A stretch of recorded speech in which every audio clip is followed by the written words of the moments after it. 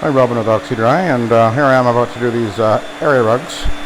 I just did the 2 ottomans, and I've got the PB3 running still with the vacuum.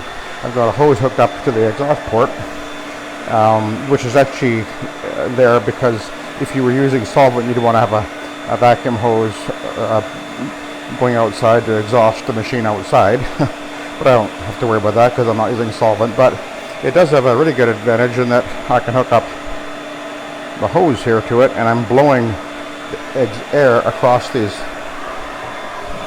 ottomans here. Oh, it came up. And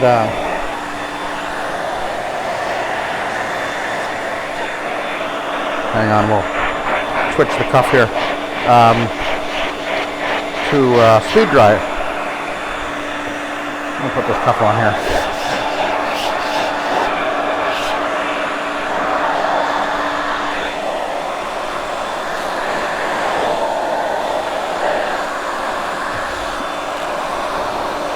Hang on a sec. Doesn't want to go on there. It's working better the other way.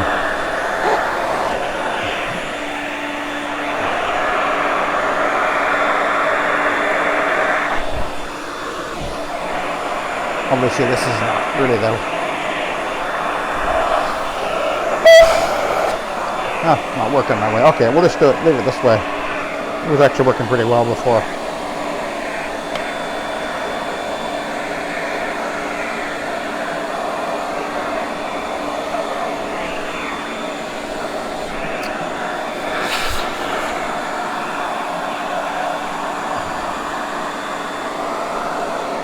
I need okay, that'll work for now. I had this on there, but it's not the right cuff. I'll have to get another cuff that'll work. But anyway, in the meantime, let's clean this. Anyway, yeah, that's one of the other things that machine will do.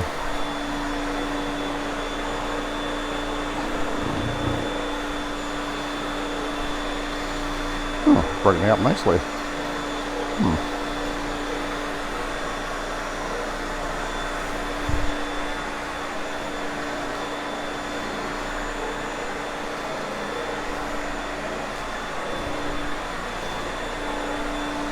I've got a glider on there. Makes it a bit easier to maneuver. You can see the difference already. It's cleaning pretty darn well. I'm using my Von Schroeder Blue Label, which is neutral pH.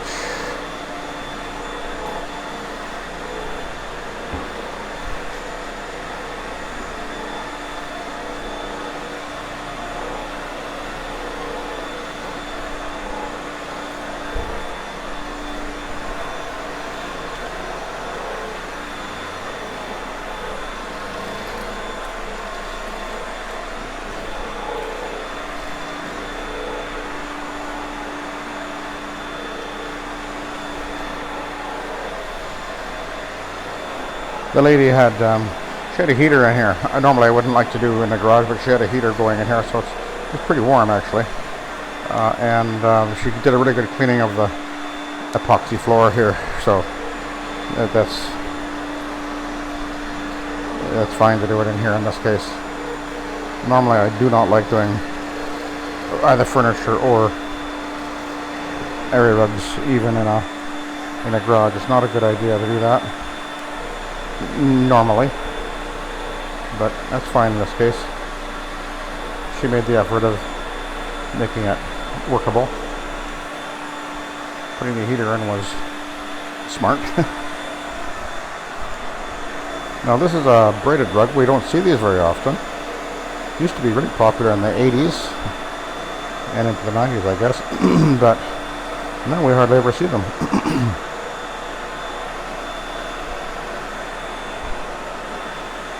Kind of like them. I mean, they're in their place. They're fine.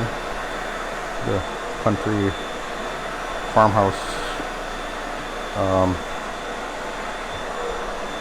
atmosphere, I guess. And you got to remember that they're flippable normally. Remember years ago, you used to run into some of these. I haven't seen one for a long time, but I believe Sears was selling them, and what they did is they put out like a crepe paper or something within the braiding or something like that, and it could go very weird after you cleaned it. It would ripple and buckle all over the place, and you didn't know that was gonna happen until you actually cleaned them. It was like a booby trap. We used to run into that now and then. Okay, we'll flip this one and we'll spray it while I do this other one here.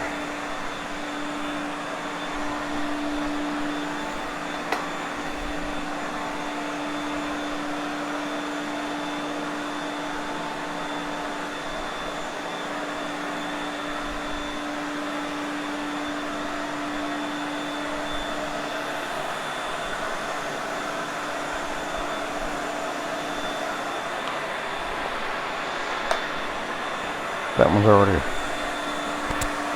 sprayed, of course.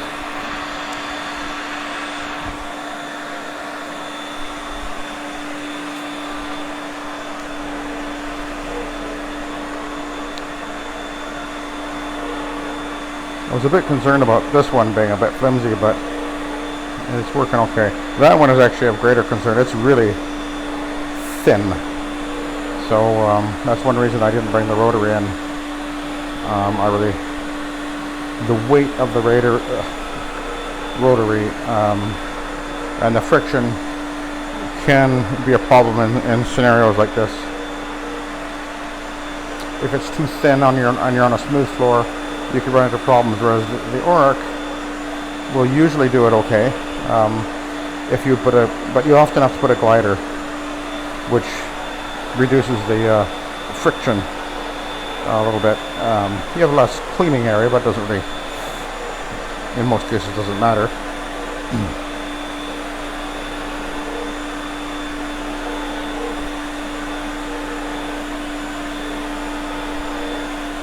So, yeah, this one's doing nice.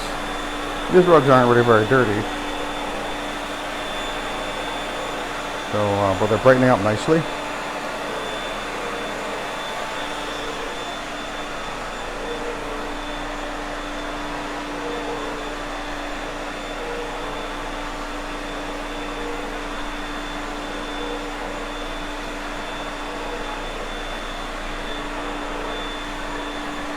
You know, one of the nice things about that machine there is it is so compact. If you've got a vehicle that's not very big, especially those of us who start off, like I started off with my first vehicle for my business was a '84 Renault hatchback. It would have been a wonderful size, but that was a long time ago that I had that.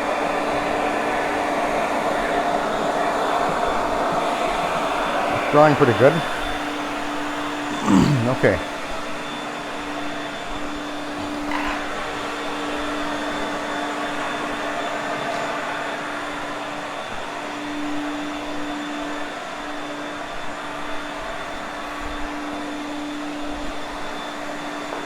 Okay, let's open this up and we'll spray it. I haven't sprayed it yet.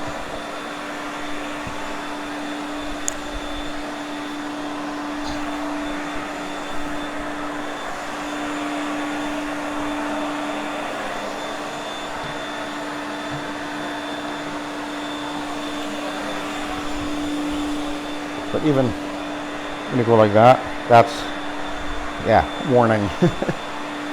Yeah. And if I can't do it with this, then I might have to just get on my hands and knees and clean it with the upholstery machine, which I can do. I don't usually do that, but occasionally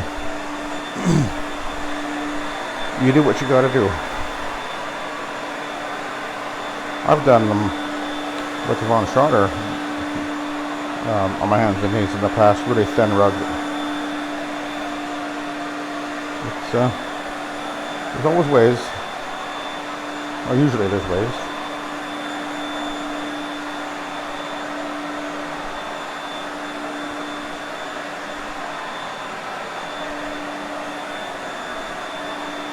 This is a handmade rug.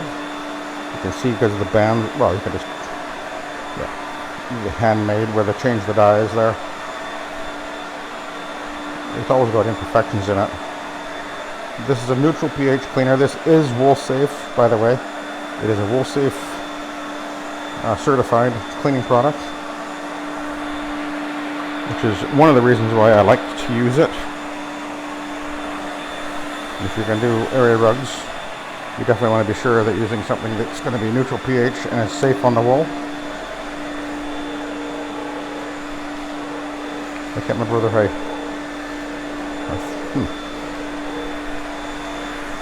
yeah. Couldn't remember if I actually cleaned this. I know I sprayed it, but anyway.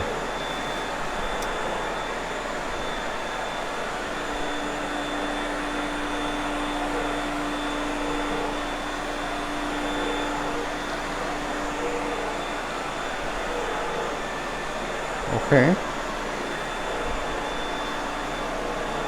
I've got another job coming up next week, I think, where I've got 2 really big rugs like this that are really thin. But I've done them in the past. Always a challenge, though, because they're so thin. A regular customer. So let's see what happens here. Ooh, okay. Yeah. Okay, there is a way to do it.